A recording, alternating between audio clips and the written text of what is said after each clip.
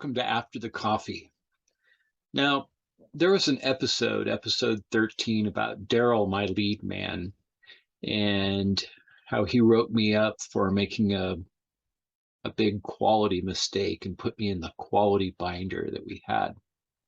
And then later showing me that he was in there also because he saw that I was um, very distraught and unhappy. I felt I not only let myself down, but I let my department, my team down.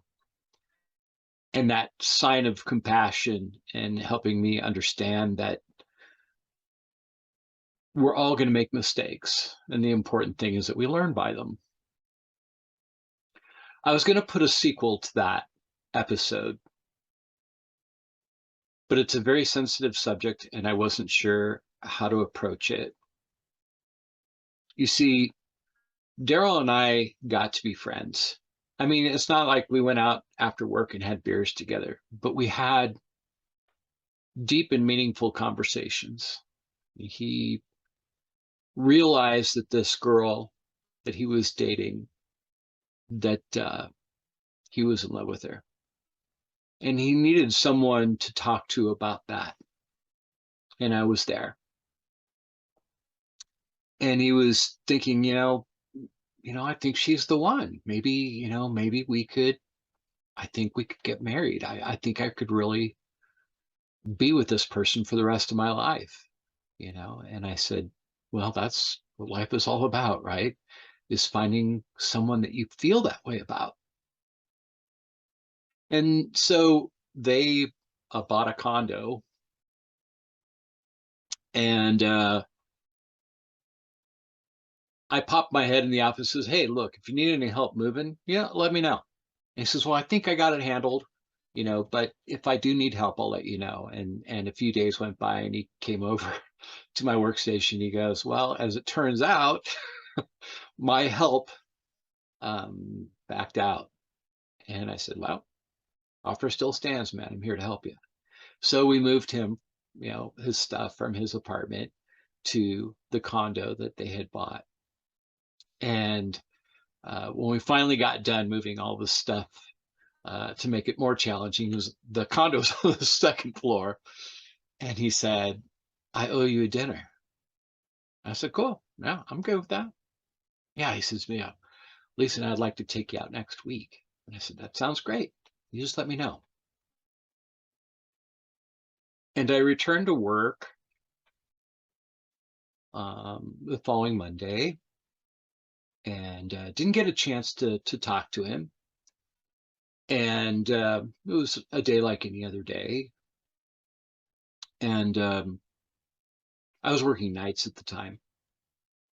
I got in Tuesday, and I could feel the sense in the department of just a weird energy. And I was like, what's going on? And I went over to a mutual friend of ours, Brent. I said, well, what's up?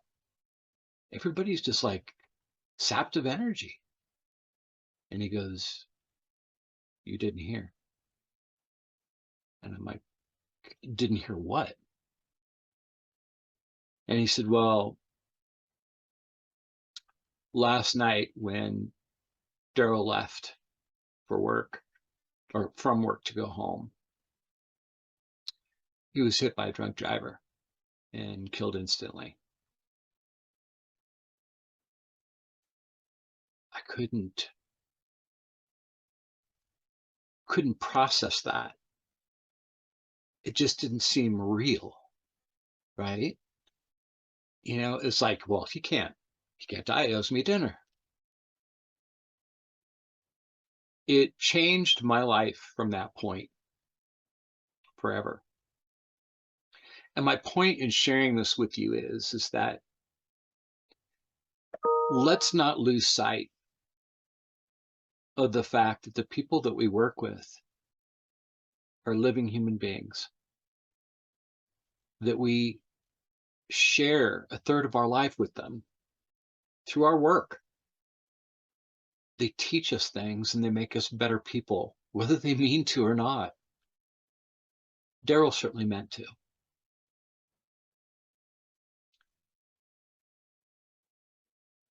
Think about your people as fellow human beings, of people that are vulnerable, that there is no guarantee that they will be there tomorrow. A wise mentor of mine once said, never pass up the opportunity to let people know how much you care, how much they matter to you, because you never know if you'll get that chance again. Now, I might have chose not to put this on Cuppa Joe simply because it's a very sensitive topic, but I couldn't help but share that with you because it was one of the things that really taught me about life, that really taught me about how to appreciate people that are around you on a day-to-day basis. And that matters. That's that's perhaps everything that matters. So when you've got to write somebody up in the quality book or discipline somebody, approach them with a sense of compassion. Know that even though you've got some of these employees you're not too sure about, none of them woke up in the morning and said, I'm going to screw up today. How can I go into work and make my team leader upset? I don't think that happens. If it does, it's extremely rare.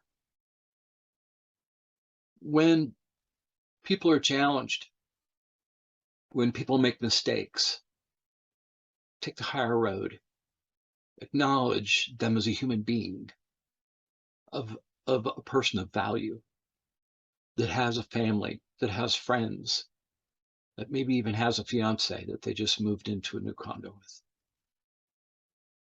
Think about that as a leader. See the humanity in your team. That's it for this After the Coffee. I hope that helps. And I look forward to seeing you, as usual, on Monday with my Cuppa Joe.